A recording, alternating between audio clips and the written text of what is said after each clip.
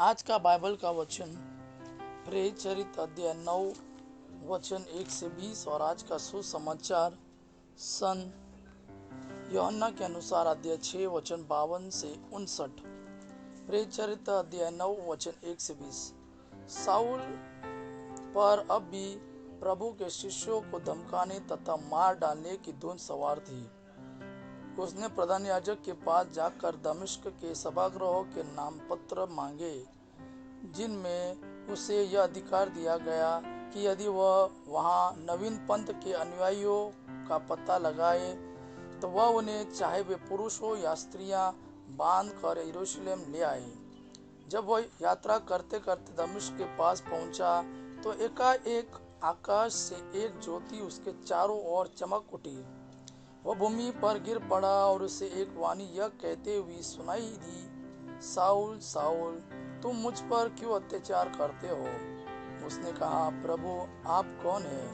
उत्तर मिला, मैं ईसा हूँ जिस पर तुम अत्याचार करते हो। उठो और शहर जाओ, तुम्हें जो करना है वह तुम्हें बताया जाएगा। उसके साथ यात्रा करने वाले दंग रह गए। वे वाणी तो सुन रहे थे किंतु किसी को नहीं देख पा रहे थे। साउल भूमि से उठा किंतु आंखें खोलने पर वह कुछ नहीं देख सका, इसलिए वे हाथ पकड़कर उसे दमिश्क ले चले। वह 3 दिनों तक अंधा बना रहा और वह ना तो खाता था ना पीता था। दमिश्क में अननियास नामक शिष्य रहता था। प्रभु ने उसे दर्शन देकर कहा, अननियास। उसने उत्तर दिया, प्रभु प्रस्तुत हूँ। प्रभु ने उससे कहा, तुरंत सीधी नामक गली जाओ और युदास के घर में साउल तारसी का पता लगाओ, वह प्रार्थना कर रहा है। उसने दर्शन में देखा कि अननियास नामक मनुष्य उसके पास आकर उस पर हाथ रख रहा है, जिससे उसे दृष्टि प्राप्त हो जाए। अननियास ने आपत्ति करते हुए कहा, प्रभु मैंने अनेक लोगों से सुना है कि इस व्यक्ति ने यरूशलेम में आपके संतों पर कितना अत्याचार किया है। उसे महायाजकों से यह अधिकार मिला है कि वह यहाँ उन सबों को गिरफ्तार कर ले जो आपके नाम की दुहाई देते हैं। प्रभु ने अननियास से कहा, जाओ, वह मेरा कृपा पात्र है। वह गैर यहूदियों, राजाओं तथा इजरायलियों के बीच मेरे नाम का प्रचार करेगा। मैं स्वयं उसे बताऊंगा कि उसे मेरे नाम के कारण कितना कष्ट भोगना होगा। तब अननियास चला गया और उस घर के अंदर आया। उसने साउल पर हाथ रख दिए और कहा, भाई साउल, प्रभु ईसा आपको आते समय रास्ते में दिखाई दिए थे। उन्होंने मुझे भेजा है जिससे आपकी दृष्टि प्राप्त हो और आप पवित्र आत्मा से परिपूर्ण हो जाए।